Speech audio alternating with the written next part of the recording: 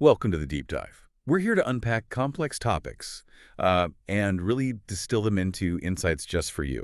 Today, we are plunging into the fascinating world of luxury watches. hmm Our mission is to understand why a seemingly small detail, like watch size, stirred up so much debate at Watches and Wonders 2025. hmm We're talking specifically about Rolex's new Land-Dweller collection. Yeah, that one definitely got people talking. Right. And we've got this really compelling piece of commentary that champions one particular size. We're going to dig into why that distinction is, well, so important. Absolutely. This collection, it was quite something. A surprise, really, both visually and mechanically. And yeah, opinions in the watch community were, let's say, divided. Definitely divided. So the piece we're looking at, it really goes to bat for the 36mm version, offers a very personal, quite subjective take. It's actually a great way to look at how a brand like Rolex, known for being quite conservative, Hmm? is maybe subtly shifting, re-entering that elegant sports watch space. Integrated bracelet, very 70s inspired, like the old Datejust 1630 or the oyster quartz. Okay, so it's more than just the watch. It's the whole journey of perception. Yeah. The author, they admit they weren't, like, instantly sold when the Land-Dweller dropped back on April 1st, 2025. Right, at midnight. Quite the launch. Yeah. And based on those first official pictures, those renderings, they felt it just lacked maybe the refinement of competitors. Hmm. So what was going on there, you think, with those initial feelings, and how did that evolve? Well, it's a classic thing, isn't it? Those official renderings, they can be quite deceptive sometimes. Sure. And in this case, the whole campaign really hammered on the 40mm size. Okay. Plus, the author kind of suggests maybe it was just a bit of a visual shock. We're so used to Rolex looking a certain way. Classic lugs, oyster bracelet, Jubilee. Right, the standard look. Exactly. And it's important to remember, this watch, it's not really positioned as like a direct rival to the super expensive, super thin Royal Oak Jumbo or the Nautilus. Okay, so where does it sit then? It seems to slot in somewhere between, say, a Datejust on one side and then the Day-Date or Sky Dweller on the other. If you're thinking alternatives, maybe in that same sort of category and price range, you might look at the IWC Engineer, maybe the Chopard Alpine Eagle, or a GP Laureato. Right, okay, so that initial impression sounds pretty, well, lukewarm, but then, like you often find with watches, getting it actually on the wrist, that tells a different story. What was the turning point here? Absolutely. Hands-on is key. The author mentions that after spending more time with the whole collection, specifically the classic ones, no diamonds in steel and Everose gold, and importantly, both in 36mm, that's when their preference really started to solidify. They began to genuinely warm up to it, especially that 36. Interesting. It just shows sometimes you really do need to experience something in person. Totally. So the author really builds this case for why they wouldn't pick the 40mm.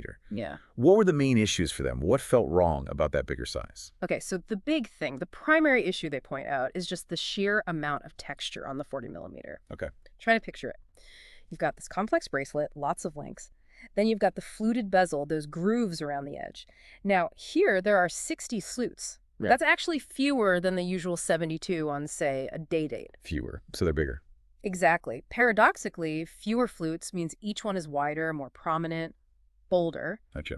And then there's the dial itself. It's got a honeycomb pattern, this fine gouache-like texture, a graduated inner bezel ring, large applied numerals, these elongated markers, and even the text is printed with cartouches, like little frames. Okay.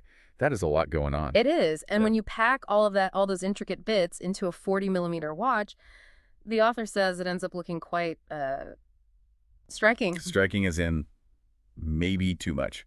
Busy. Potentially, yeah. Overwhelmingly busy could be one way to put it. And beyond just how it looked, they also talked about comfort, right? How the 40mm actually felt to wear. Yes, exactly. I mean, 40mm, that's usually a pretty standard comfortable size for a Rolex sports watch, like a Sub or a GMT. Right. My sweet spot, usually. Yeah, for many people. But the Land-Dweller apparently felt quite present on the author's 16.5 centimeter wrist. Present? Could be because of that tonneau case shape. The barrel shape is not perfectly round, so it covers more surface area, maybe feels bigger. Okay, that makes sense. And then there's the integrated bracelet. Looks smooth, but it changes how the watch actually sits on your wrist.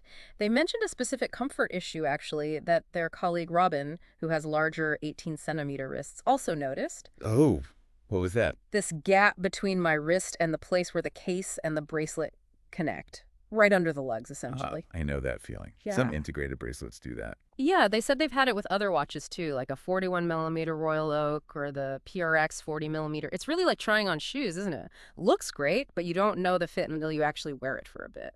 So true. Huh. Okay, so the 40mm felt a bit too present, a bit busy, maybe not the best fit. What was the magic with the smaller 36mm then? What made that one click? Right. Well, this is where it gets interesting because initially they thought the 36 might feel, petite, maybe too delicate. A bit feminine, they say. Yeah, maybe a bit feminine. But surprisingly, it actually fit beautifully, even on larger wrists like Robin's 18 centimeters one. The key description the author uses is that the 36mm is basically a shrunk version of the 40mm in every single aspect. Okay, so literally scaled down. What did Yeah. that do, though? Especially with all those textures we were just talking about. How does shrinking change things? Well, that reduction in size, it has a huge impact on how all those textures actually look, how they feel visually. Uh-huh. What's really insightful is that scaling down these complex bits in the 36mm, it doesn't really dilute them, it refines them. So take the bezel, still 60 flutes, but because they're smaller, thinner, narrower, they just feel less blatant, less in your More face. subtle. Exactly. And the same thing happens on the dial. All those textures are identical, but they're less striking simply because everything's smaller. The hands, the markers, the text, that inner flange ring, it all scales down. So the overall effect is... More balance and refinement. That's how the author puts it. And dimensionally, the 36 keeps the same 9.7mm thickness as the 40mm, but the length is 43.5mm. So very wearable proportions. That's a really interesting point, how just scaling down refines rather than simplifies. So how did that translate into wearing it? Comfort, style? Well, and this really brings it back to you, the listener, and personal preference, right? Excellent. Because some people might just say 36mm, too small for a guy. Yeah, you hear that? But the author felt it was actually more appropriate. They compared it to the 36mm Explorer 1, another classic. And the argument is the Land-Dweller has a more elegant vocation, It's not a rugged tool watch like a Submariner. Okay, so the vibe fits the size better? Kind of, yeah. And critically, comfort-wise, the bracelet on the 36mm apparently nicely rolls around the wrist, Hmm. which completely got rid of that annoying gap under the case they had with the 40mm. Ah, so a definite improvement in fit. Definitely. And that helps both comfort and style. You get better visual balance on the dial too, less empty space, less visual noise from the textures. It just felt, as they put it, a bit more right, more refined, more discreet. They even say they prefer 36mm for a day date too. That is quite a statement. It's interesting, isn't it, that preference for 36mm when, for a while, the market trend was definitely towards bigger watches. Do you think this more appropriate feeling is just this author's view, or are we maybe seeing a wider shift back to smaller, classic sizes? That's a really good question. I mean, tastes are always subjective, obviously. But yeah, there definitely seems to be a growing group of collectors, enthusiasts too, who are rediscovering the elegance of these smaller sizes. Mm-hmm. Better wearability sometimes. So this author's view, while personal, it isn't totally out there. It taps into that appreciation for proportion, how a watch actually wears, especially for dressier or more elegant designs. Makes sense. And there was a little mechanical bonus with the smaller size too, wasn't there? Something about the movement. Yes, exactly. A nice little technical point. Both the 36mm and the 40mm versions, they use the exact same movement inside, the caliber 7135. Okay. So what that means is the 36mm gets this lovely effect, as the author calls it, of the movement really filling the case nicely. You get this satisfying impression of a big, solid engine in a compact watch without needing a huge metal spacer ring around it, which you sometimes see. Ah, okay. A subtle detail, but satisfying for watch nerds. Totally. Adds to that feeling of quality, of thoughtful design. So even with all this love for the 36mm, the author still had a few things they wished were different or things they hoped to see down the line. Yeah, a couple of things. They mention a clear desire for darker dial colors, Oh, specifically dark blue or maybe an anthracite gray. Seems the white dial just wasn't their personal favorite. fair enough. And they also sort of wondered about a version with a smooth bezel instead of the fluted one.